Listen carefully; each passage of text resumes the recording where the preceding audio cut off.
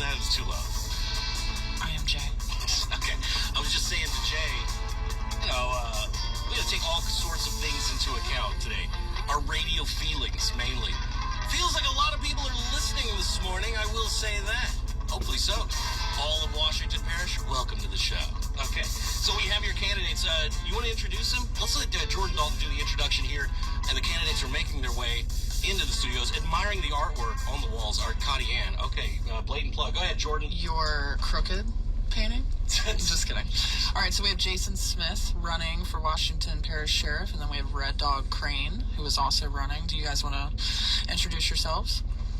I think you just did. I'm Jason Smith. I'm running for Sheriff of Washington Parish. All right, now you both have to do a Hey North Shore. Okay, so let's start out. Are you ready? 30 seconds, Jason, on the clock. Plug yourself. Ready and go. Listen, I got out of the Marine Corps in 2016. Sorry. I'm going to have to stop you right there. What was that? You didn't say Hey North Shore. Listen, you got to give me the rules before we start. I know. I thought you listened to the show, though. No, we'll start again. Okay. No. Oh, okay. See, we're going to edit this part out, right? Okay, there we go.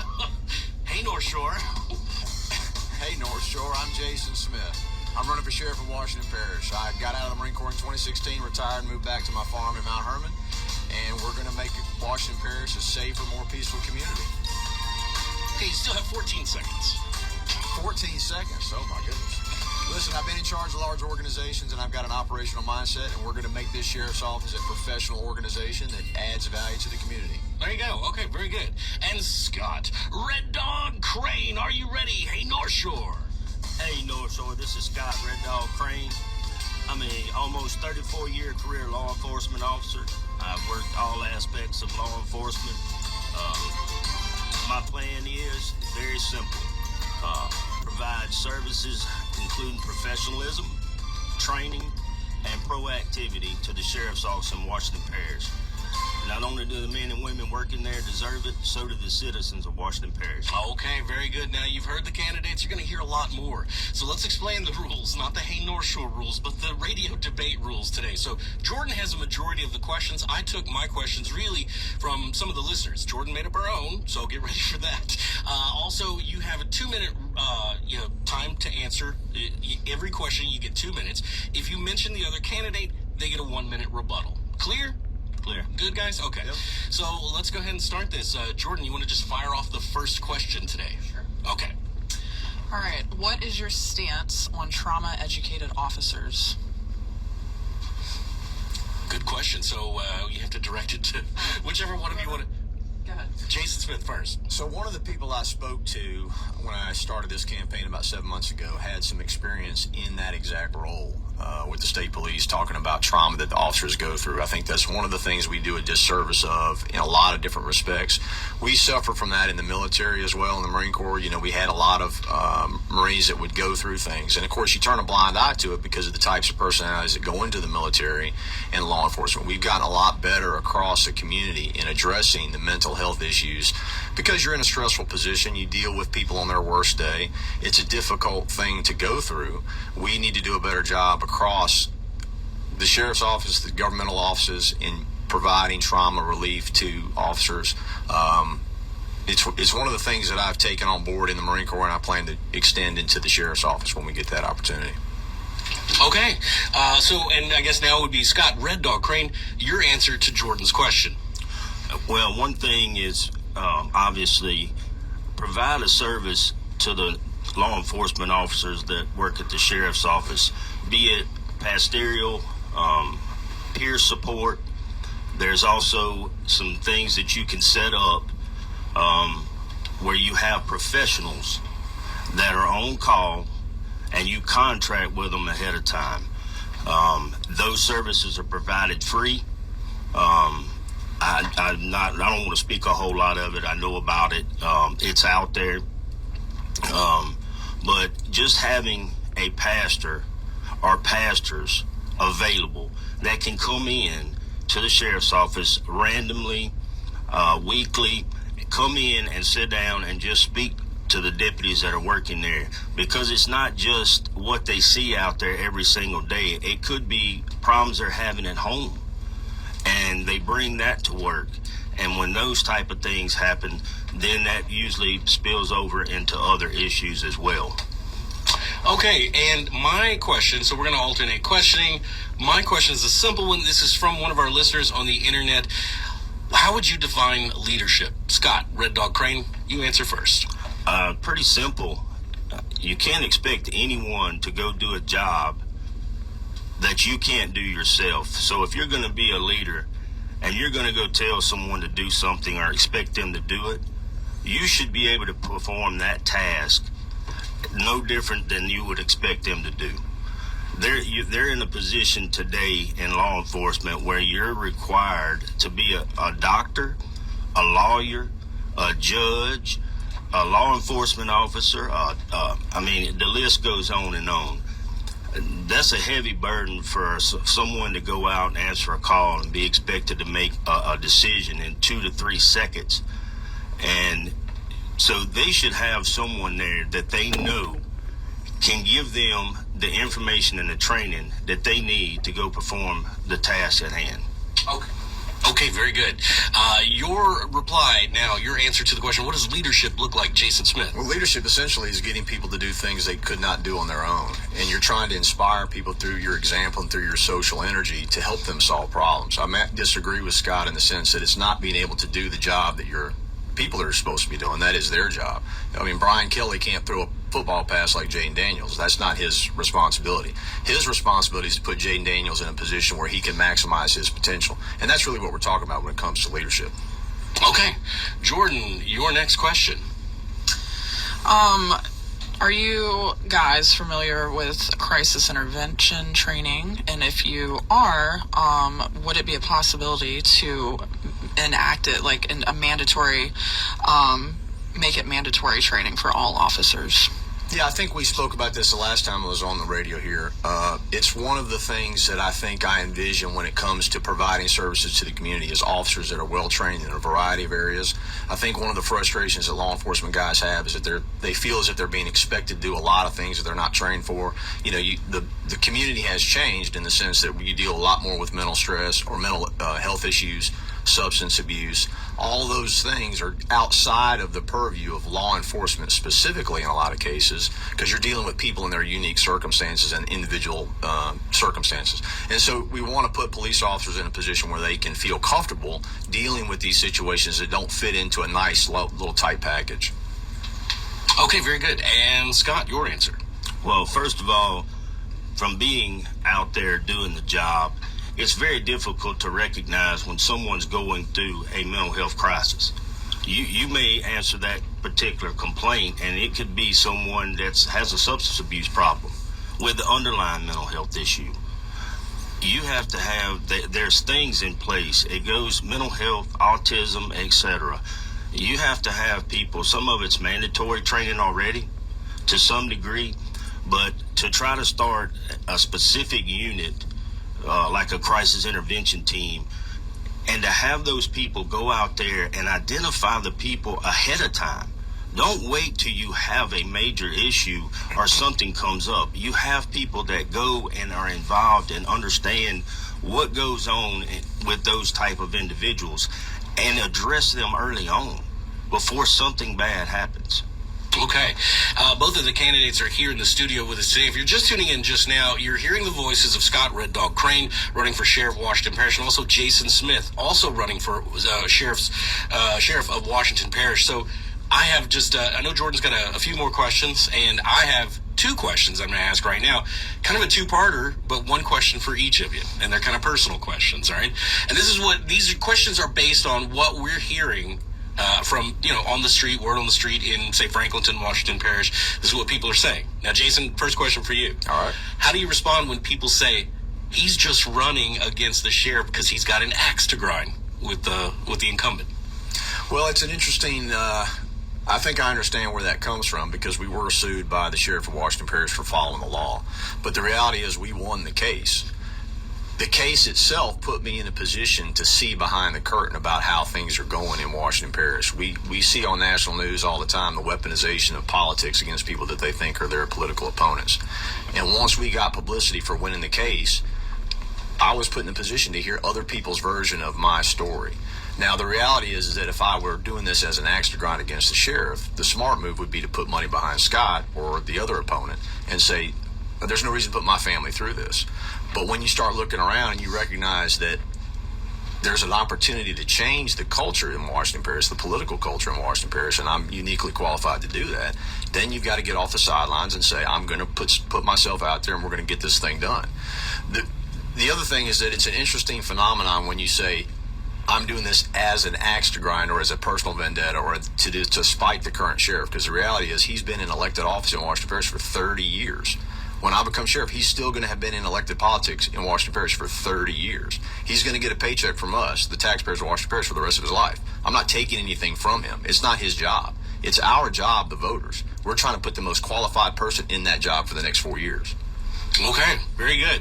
And a separate question for you, Scott, Red Dog Crane. Are you ready? Yes, sir. So this is the word on the street. And someone submitted this to me even as recent as last night. Ask Scott if he was paid to run against Jason Smith, to split the vote. Absolutely not. I've heard the same thing. I have heard initially that it was just that simple. The latest version is I was paid $50,000.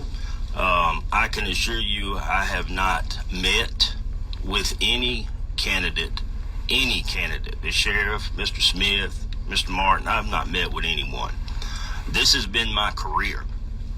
Anyone that's in a job that goes out in any field, if you're dedicated to your job, you should be wanting to move up. And that's what I have done everywhere I've went. And your goal should be to be the best that you can possibly be. And that's what I'm trying to do. Okay, and next question comes from Jordan Dalton. All right, so I have two questions left. The first one, Red Dog, is going to be, because we had talked about the last thing was the CIT training, and do you believe that mental health and addiction are linked? Yes. Okay. Just from my experience, most of my career I've spent in narcotics. I have dealt with just about every form or fashion of that aspect of law enforcement. And I can tell you, maybe some people wasn't in the beginning, but over time it has led into that. Some people have been just because they received bad drugs, and it's caused that type of reaction to them. The problem that you see more than anything is, services that are out there, they have them. Some people choose not to go seek them, but at the same time, you can't just keep throwing people in jail in those situations and expect the problem to ever address itself. It's not going to work. Now, there are times when that's the only resource you have at that particular time is to put someone in jail when they're having a crisis and involving substance abuse. If you have alternatives, it's best for the whole system to seek those. Okay, all right, and Jason Smith. Oh, same question? Same question. Yeah, the issue with drugs is that there is a mental health problem in the country across the board, and we can talk about the societal reasons for that or the cultural reasons for that. But the problem with drugs, when drugs starts to enter it, is that it changes the chemistry of your brain, and it makes recovery from mental health problems that much more difficult. So these two things work hand in hand to make the problems in society very challenging. The problem really comes down to the impact on the individual. When you're on drugs, your life is difficult enough that me locking you in a cage is not going to make it any easier. And it's certainly more difficult on your family when you're in that position. The solutions have got to be more than just law enforcement specific. We've got to work with people to bring a lot of different services in the community to bear on this problem. Very good. Okay, and I just have one, because they brought this up, and y'all are both aware of the overcrowding situation in Washington Parish Jail. Yes. Correct? Okay, so I guess we'll start with Red Dog. Red Dog, do you have any plans to alleviate the overcrowding of Washington Parish Jail? Well, first of all, you have to understand the way that system is set up. if you have people that are incarcerated right now, and I know they are overcrowded in the jail, the issue with that is you have people that are incarcerated that are not able to be released. They may be in there for a probation hold. They could be in there for a violent crime or repeated failure to appear in court. Those individuals may also have a high bond set on them because of the crime they committed. The sheriff is just the keeper of the jail. He doesn't own the jail. And when you have those situations, those are people that you can't release. You can't just open the door and send them out the door. You have an obligation to keep them. Where the breakdown, I believe, in my opinion, comes is when you get a case that's sent to the DA's office. It goes through screening. Then once it gets through screening, it's put to a docket. The COVID, all kind of reasons behind it, but the court system has gotten backed up as well. So when you have those issues, you're going to continue to have high population in jail. It's not a new problem. It's been that way for many years. Okay. All right, and the same question to Yeah, Jason. so I don't disagree that it's not a new problem. My frustration is that we don't seem to be doing anything about it. We continue to admire it and talk about all the reasons why it is what it is. And then we give ourselves a false choice between saying we must arrest all these people or we have to let them all out. The truth is somewhere in the middle. The reality is that there's breakdowns on different parts of the system, and the sheriff, even though he is the keeper of the jail, has a responsibility to make that process work more smoothly. The sheriff is also the executor of the court. And I know of at least one example where the court has ordered that someone that's been classified as mentally incompetent to stand trial should have been moved to the state psychiatric facility in Jackson, Louisiana back in April, and they're still in the parish jail. So there's lots of unique circumstances and individual circumstances. Someone in the sheriff's office has got to get stuck in and figure out where the breakdown is in these cases. There's also, there was blueprints, this is probably going back 20 years now, for a new jail facility. And that essentially is the long-term solution to this. Why we haven't moved forward on this in the last 12 years, I'm not really sure. It is going to take a couple of years to get this process going, but we have not even started yet. Right now, we're currently saying that we've always got room for one more, but this is a temporary holding facility. This is not a long-term incarceration facility, and yet we are still overcrowding the jail and spending $30,000 a month right now. Washington parishes, the taxpayers, spending $30,000 a month to house prisoners in other parishes because we do not have the room. You can do a quick Google search and find out other places, other jurisdictions across the country that have set up either temporary facilities, facilities for extenuating circumstances. The precedent has been set, but there doesn't seem to be any curiosity or ambition on why we haven't done it here and what we can do about it to solve this situation. Okay, very good. And Jordan, I understand you have one final question? All right. Well, for both of you, before I even start, are you both familiar with Gwen's Law? Yes. Are you familiar with Gwen's I'm Law? not. So Gwen's Law basically is a law written after a woman named Gwen Sally. She was killed after she was in a domestic abuse case. The perpetrator was put in jail. He was released soon, and she was killed.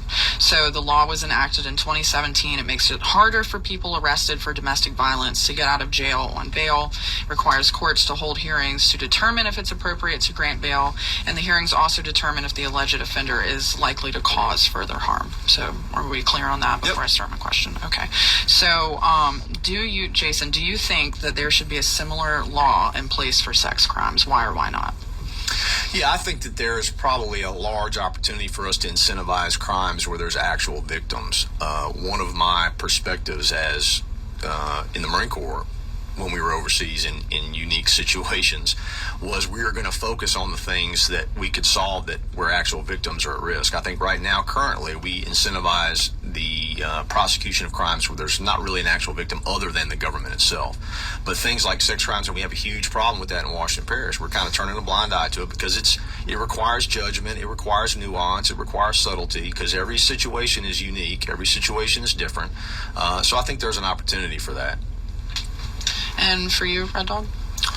Yes.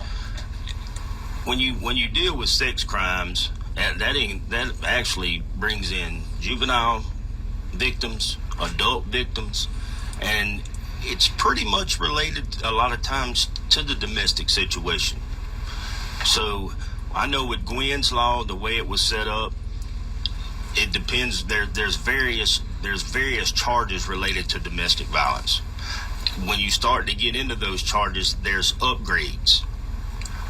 That should be the same exact thing should apply to sex crimes, because you have a misdemeanor sex crime. There's a misdemeanor sex crime, and then there's felonies. So you have to look at each individual thing as the same. You can't, I don't want to sit up here and say every sex crime should make someone have to stay in jail for 5 days at least, or have this bond set at this amount at a minimum. Because like I said, no different than the domestic issues, your misdemeanors, there's domestic strangulation, et cetera, et cetera. You know, I think there should be some system in place for checks and balances where you have a commissioner and or a judge, when they get the information, they should be provided enough information to make a reasonable decision whether or not this person needs to be held or given a high bond. Okay. And Jordan, one final question, or is that it? That's all she has today. I'm going to just close out. You guys did great. You didn't go over 2 minutes. Not one of you. But I'm going to give you 2 minutes now to do closing comments. Anything out there that you would want to tell the listener, say it now, speak now, forever hold your peace. And I've been going to Red Dog. I'm going to go to Jason. Jason, your answer. Well, I appreciate the opportunity. You know, I think Scott and I probably agree on more things than we disagree with. When I decided to run for sheriff back at the end of last year, I spent the first couple months of this year talking to different people, and one of the people I spoke to suggested that if he were going to be the sheriff, that Scott would be somebody that he brought in as to be this chief deputy or to have a role within the sheriff's department. And so I reached out to Scott. We had a good conversation back in January.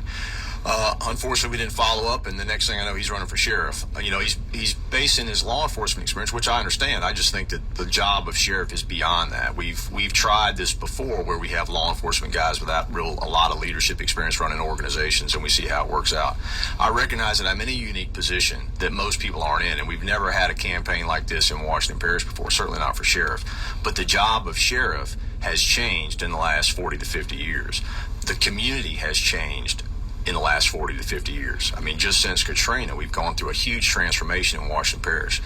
If you think that we're behind the times, whatever it is, if you can remember what St. Tammany Parish looked like in 1990, well, all that change is coming towards Washington Parish, and we've got to have somebody with some perspective who's not tied to anybody. I don't owe anybody any favors. I've been in professional organizations. I've had to get results in a lot of different circumstances, and I'm very comfortable in that executive type role where you've got a team of people, you're trying to build a culture, and you're trying to get a result. And so if you're listening out there, I appreciate your consideration. You know, we've only got about a little less than 3 weeks left to the election. Early voting starts on Saturday, and so please look us up, and I think you're going to like what you find. Okay, and because he addressed Red Dog, you get a 1 minute rebuttal, then your 2 minute answer closing comments. So rebuttal to Jason's comments. Well, I too would agree to him to some extent. We do share the same ideas on a lot of things, but I will say this: in today's law enforcement, when I first started, things were very simple, very simple. Today's law enforcement is about policy and procedure. I have done that. I've worked at the sheriff's office in Washington Parish. I've worked at the sheriff's office in St. Tammany Parish. And to say that St. Tammany is moving closer and closer to Washington Parish, well, I already know the system. I've been there and done it. There's not anything that law enforcement related I haven't done. As far as leadership, I have run 4 different units at the same time, all with different tasks. I have handled a budget. I have handled grants. I have handled federal task forces. So I have the tools in place already to bring in people that can help on a federal level, on a state level. I understand how investigations work. I know what needs to be done. I've been out in the streets. I've seen things. I've done things. I know what is required. That's what has been lacking at the sheriff's office. No one has been out there and been out front taking charge of what needs to be done every single day. Okay, and that was, wow, right at the buzzer beater right there. Okay, so that was your rebuttal. So I guess, and I have a question, just sort of a follow-up. Jason said that he reached out to you in January, is that correct? Do you recall that? Did that...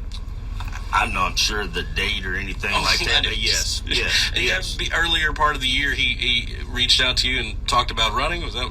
Yes, sir. Okay, just want to make sure, just clarify. Now you have 2 minutes to tell everybody why they should vote for you. All right. It's just like I just said a while ago. It's pretty simple. Experience matters.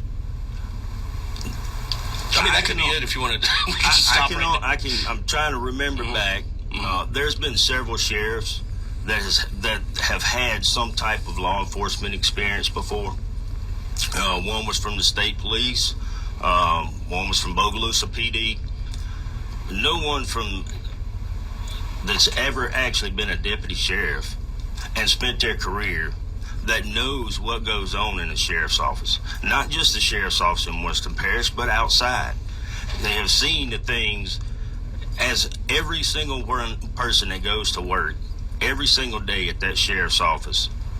They know if they look and say, that guy has done that. He has went there and he's done all these things that we have to deal with every single day. He knows what affects them and how it transpires. I will say this, that at the end of the day,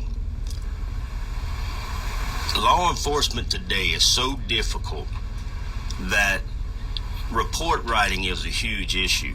You have body cameras now. You have all these different mechanisms in there that wasn't the same as what it was. You have unanimous juries. I mean, the list goes on and on. It is very important for a sheriff's office to have a leader that actually knows the job. They know the job and can put the information out there and know where to go to get training, know how to bring things in to give them the assistance they need. And I'll say this, I would appreciate your support, appreciate your vote. Number 75, Scott Red Dog Crane, and thank y'all very much. Wow. Okay, so just under 2 minutes right there. And there it is. Okay, so both candidates running for sheriff today. You've been hearing Jason Smith. You've been hearing Scott Red Dog Crane here on the live political debate. Just to remind you that early voting is this Saturday. That's why we did this week. To remind you, to draw attention, to raise awareness that you can vote this Saturday. And think about who you heard today and who would you vote for on Saturday. Now, to both of the candidates, ready for this? I want you to both say how much money you've each raised at the same time. Ready? Go. I'm just kidding. Okay. We don't need to know that. Thank you so much. But I want to thank both of you for coming in here today. Closing comments, answers to questions, and now you're a little better informed, Cat Country. So there we have it. That's we're at the bottom of the hour, 8:32. So thanks, guys, for being a part of this great service and production that we've done today. Thanks, appreciate it. Well, Yes, wish you luck on the campaign trail. Okay, so we have to hit the trail here. We'll be right back with some of your news. Jordan Dalton on the way, right here, only on TC&J in the AM, Cat Country.